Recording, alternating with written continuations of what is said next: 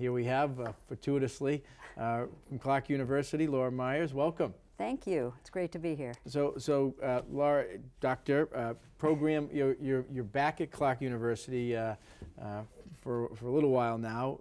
Program lead for the Graduate Internship and Community Development Program at Clark U, and there's a kind of shorter acronym for that. Right. Actually, it's the School of Professional Studies, Yep. which is one of the three enterprise colleges of Clark. Okay.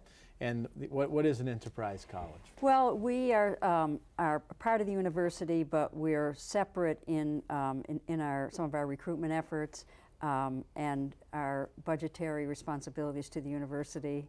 And so we're supposed to be a money-making area of Clark in terms of being able to, and also serve a different population. Mm-hmm. You know, we serve the community, and we serve a lot of professional people that want to come back to school, and also an international population that wants to come back and really be out into the work world. And that's a real need, you know, right now. I mean, with the idea and the thoughts of, you know, where people would go and go work for a company for 40, 50 Right. years and then retire. Right. You know, those days are over just because of the change and the Right. rapid nature of change Right. in today's world and society and the workplace. So that idea of continuous learning is critical.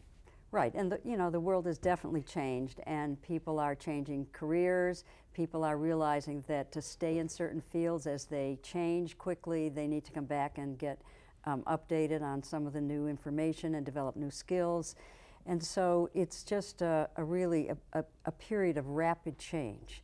And universities are having to respond to that change. Mm-hmm. In the case of the School of Professional Studies, we have been really working hard to prepare people for what the future is going to bring. So we spent all last summer and fall visiting nonprofit, startup companies, global companies, for-profit, small companies all over the region to talk to them about what they are looking for Mm-hmm. skills going forward for their future workforce. And then we came back and really looked at our curriculums and said, do we have the things that are needed?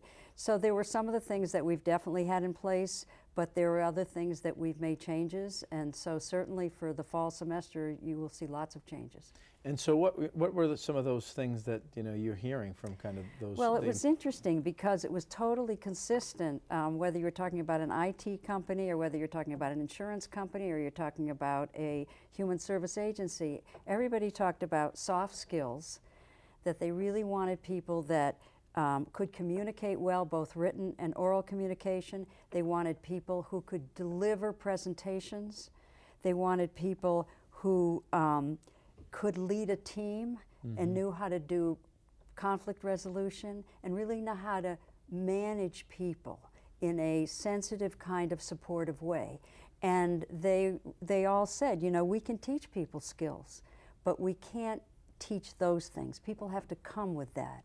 And so we've made sure in our curriculum that we've added more opportunities for people to stand up and do presentations, mm-hmm. more opportunities to be working in groups so that they're learning how to work on a team, they're learning how to deal with differences, they're learning how to come up with a unified product together.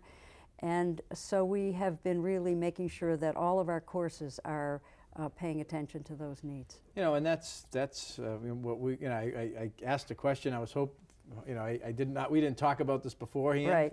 Right. But you know, it's very consistent with what we hear from our members on a regular basis, regardless of the size of the company or the sector. It's the need for those soft skills and everything that you just articulated. And unfortunately, there's a shortage of that. Right. And those are skills that sometimes employers, perhaps because of generation, different reasons, they take for granted. But right. Those need to be kind of taught and nurtured and encouraged all the way through the educational pipeline. Absolutely. I mean, communication is just such a major, major area where, you know, if they can't communicate, and even if they're IT students, and they'll say, I don't have to know how to do that. And I'll say, well, guess what? You're going to be on a team in a company. You've got to be able to write memos. You've got to be able to answer emails. You have to be able to have really strong communication skills. You might even be asked to get up and give a presentation to a board of trustees. Right. And they're not going to want 15 minutes anymore. They want 5 slides and 4 minutes. Right. Edit, be you know, to the point, and you know, get there. So you mentioned, kind of hinted that there's some changes coming. Yeah, lots of changes, So lots of changes. not to let anything out of the bag, but what can you say? Well, it's a very exciting time for the School of Professional Studies. We have hired lots of new faculty, and all of our faculty are practitioners. So they're people that are teaching courses in the fields that they're actually working in. We have, actually two of them are former mayors, Joe O'Brien and Lisa Wong from Fitchburg, are teaching for us. We also have made major changes in curriculum and concentrations that are going to be available in the fall. In our Masters in Public Administrations, we'll not only have public sector administration, we're having health administration, educational leadership, and nonprofit management. In our Masters in Information Technology, we'll have cybersecurity, business intelligence, and strategic planning and thinking. In our Masters in Communication, we'll have digital media. We will have a focus, as we do now, on strategic communication and on communication leadership and management. And one of the major themes in all of our master's degrees is leadership and management. I mean, we are not teaching people programming in IT. We are giving people the opportunity to grow into becoming leaders and managers. And that's important, you know, and obviously in the workplace and in lots of different settings. One thing we want to make sure we get in just a minute we have left, some scholarships available. Right. We have created $50,000 in Jonas Clark scholarships for people that want to return to get their master's degrees in one of our three programs, the MPA, the Master's in Information Technology, and the Master's in Communications. And they can go on the Clark website and go to the School of Professional Studies, and we have the Jonas Clark scholarships. They need to apply by May 5th. Okay.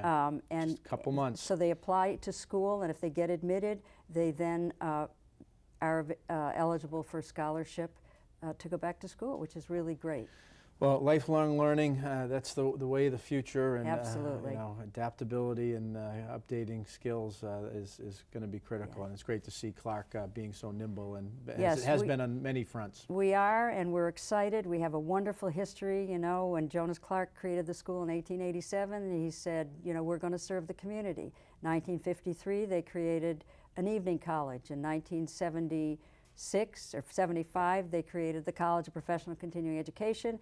And like all organizations are like people, they go through developmental stages and they need to change and grow. So in 2016, we became the School of Professional Studies. Outstanding. Well, Laura, thank you for being here with us, and look forward to continued good work from Clark University.